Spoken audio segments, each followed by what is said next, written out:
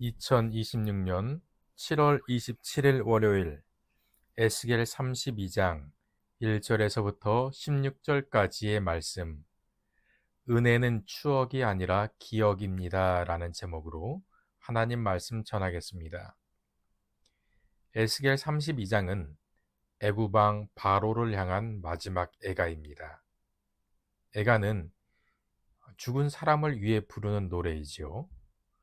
그러나 하나님은 아직 살아있는 바로를 위해 애가를 부르게 하십니다. 이것은 그의 운명이 이미 하나님의 심판 아래 결정되었음을 선언하는 것입니다. 당시의 애굽은 고대 세계를 대표하는 나라였죠. 나일강을 중심으로 찬란한 문명을 이루었고 많은 나라가 애굽을 의지했습니다. 이스라엘 역시 위기 때마다 하나님보다 애굽을 더 신뢰하는 유혹을 받았죠.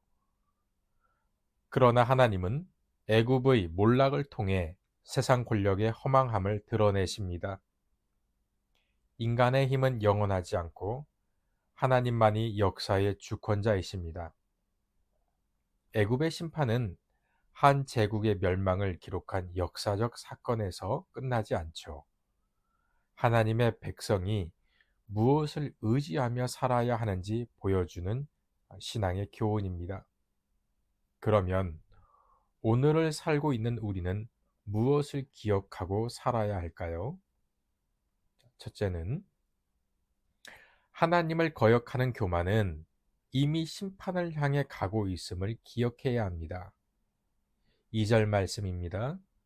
인자야, 너는 애굽의 바로 왕에 대하여 슬픈 노래를 불러 그에게 이르라. 너를 여러 나라에서 사자로 생각하였더니 실상은 바다 가운데의 큰 악어라. 강에서 튀어 일어나 발로 물을 휘저어 그 강을 더럽혔도다. 에스겔은 바로를 열국 가운데 사자와 바다의 큰 악어로 묘사합니다. 사자는 권세를 상징하고 악어는 나일강을 지배하는 애굽 왕의 절대 권력을 상징합니다. 바로는 자신이 세상을 움직이는 존재라고 생각했습니다. 애굽 사람들은 바로를 신적인 존재로 높였고 그는 나일강의 풍요와 번영이 자신의 능력에서 비롯된다고 믿었습니다. 그러나 하나님은 그의 권세를 애가의 대상으로 선언하십니다. 사람들의 눈에는 강한 왕이었지만 하나님의 눈에는 이미 심판이 시작된 존재였습니다. 하나님을 떠난 권세는 오래 지속될 수 없습니다. 하나님께 받은 것을 자신의 능력으로 여기기 시작하는 순간 교만은 이미 마음속에서 자라기 시작합니다. 오늘 우리도 같은 유혹 속에 살고 있지요. 신앙의 연륜과 경험과 직분과 능력과 참 많은 것들이 어느새 하나님보다 앞서는 자리가 될 수 있습니다. 은혜를 기억하지 못하면 사람은 자신의 힘을 자랑하게 되고 자신의 공로를 의지하게 됩니다. 그러므로 성도는 지금까지 인도하신 하나님의 은혜를 날마다 기억해야 합니다. 그 은혜를 기억하는 사람은 겸손하고 은혜를 잊는 사람은 교만해지는 것이죠. 둘째로 하나님은 교만한 자를 낮추시고 자기 백성을 끝까지 기억하십니다. 3절로 4절입니다. 주 여호와께서 이같이 말씀하셨느니라. 내가 많은 백성의 무리를 거느리고 내 그물을 내 위에 치고 그 그물로 너를 끌어오리로다. 내가 너를 무태 버리며 들에 던져 공중의 새들이 내 위에 앉게 할 것이며 온 땅의 짐승이 너를 먹어 배부르게 하리로다. 아멘. 하나님은 많은 백성을 모아 그물로 바로를 잡으시겠다고 하시죠.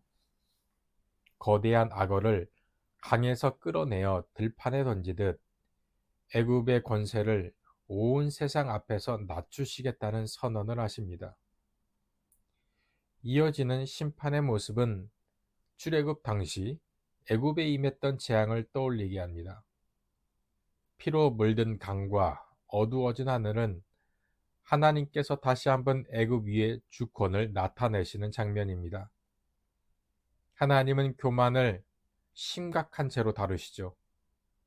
교만은 하나님의 자리에 내가 앉으려는 마음이며 피조물이 창조주의 영광을 가로채는 죄이기 때문입니다. 그래서 하나님은 스스로 높아지는 자를 낮추시죠. 그 심판을 본 열왕들이 두려움에 떨었다는 말씀은 세상의 어떤 권세도 하나님의 손을 벗어날 수 없음을 보여줍니다. 동시에 이 심판은 하나님의 백성에게 큰 위로가 됩니다. 하나님은 당신의 백성이 억울함을 당하는 것을 외면하지 않으십니다. 불의가 오래 지속되는 것처럼 보여도 하나님은 그 모든 것을 기억하고 계십니다. 지금도 하나님의 공의는 쉬지 않고 역사하고 있으며 그분의 때가 이르면 반드시 드러납니다. 그러므로 성도는 눈앞의 현실보다 하나님의 공의를 더 신뢰하며 살아야 합니다.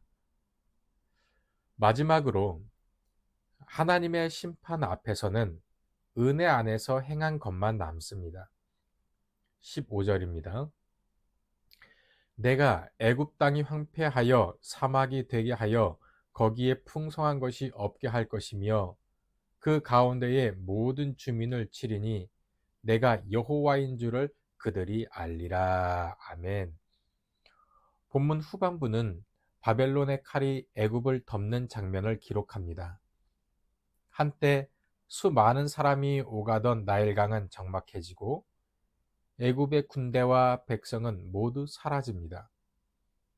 에스겔은 나일강이 기름처럼 잔잔하게 흐른다고 표현합니다. 수많은 발길로 소란스럽던 강이 이제는 생명의 움직임조차 없는 침묵 속에 놓이게 된 것입니다. 애굽이 자랑하던 문명과 경제력, 군사력은 모두 역사의 뒤안길로 사라집니다. 애굽과 함께 번영을 누리던 나라들도 함께 애가를 부르지요. 그들의 슬픔은 애굽 때문이라기보다 자신들이 의지하던 기반이 무너졌기 때문입니다. 이 장면은 우리에게 무엇이 영원한 것인지를 묻고 있습니다. 하나님 없이 쌓는 것은 결국 역사 속으로 사라집니다. 그러나 하나님의 뜻 안에서 드린 삶은 영원히 기억됩니다. 우리 예수님은 너희를 위하여 보물을 하늘에 쌓아두라 말씀하셨습니다.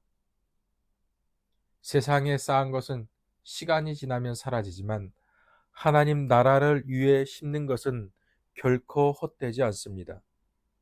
그러므로 우리는 매일 자신을 돌아봐야 합니다. 지금 내가 쌓고 있는 것이 하나님의 영광을 위한 것인지 내 이름을 위한 것인지 점검해야 합니다. 은혜를 기억하는 사람은 자신의 인생을 하나님께 드립니다. 말씀을 맺겠습니다. 오늘 본문은 애굽의 멸망을 통해 교만한 인간의 끝을 보여줍니다. 하나님을 떠난 권세는 결국 무너지고 하나님 없이 쌓아 올린 영광은 오래 남지 못합니다. 그러나 하나님의 은혜를 기억하는 사람은 끝까지 하나님을 의지합니다. 우리의 신앙은 과거의 은혜를 추억하는 데 머물러서는 안 됩니다. 은혜는 오늘을 살아가는 힘이 되어야 하고 매일의 선택을 이끄는 기준이 되어야 합니다. 성도 여러분, 오늘도 나를 붙드시고 인도하시는 하나님의 은혜를 기억하십시오. 그 은혜를 기억하는 사람은 교만보다 겸손을 선택하고 세상의 힘보다 하나님의 손을 붙들며 삽니다. 오늘도 우리 믿음의 가정들이 은혜를 기억하며 주의 영광을 위해 살아가는 성도님들이 되시길 주님의 이름으로 축복합니다. 기도하겠습니다. 하나님 감사합니다. 오늘 하루 살아갈 때에도 하나님의 은혜를 기억하게 하여 주옵시고 하나님을 거역하는 인생이 아니라 늘 겸손히 주님 품 안에서 하나님께 영광 올려드리는 예배자로 살게 하여 주시옵소서. 행여 선줄로 생각하거든 넘어질까 조심하면서 교만의 목을 뻣뻣이 드는 것이 아니라 내 목과 눈과 귀와 마음의 할례를 행함으로 약속의 하나님을 바라보게 하여 주시옵소서. 그리고 우리 인생 가운데에 하루하루 내 자신을 말씀으로 돌아보게 하여 주옵시며 성령님 깨닫게 하여 주셔서 하나님의 위대하심을 내 삶의 자리에서 드러내게 하여 주시옵소서. 오늘도 세상의 힘보다 하나님의 손을 붙들며 살아갑니다. 그 손의 능력을 의지하는 우리 모든 백성들 되게 하여 주시옵소서. 모든 영광 하나님께 올려드리며 생명 되신 예수님의 이름으로 기도합니다. 아멘.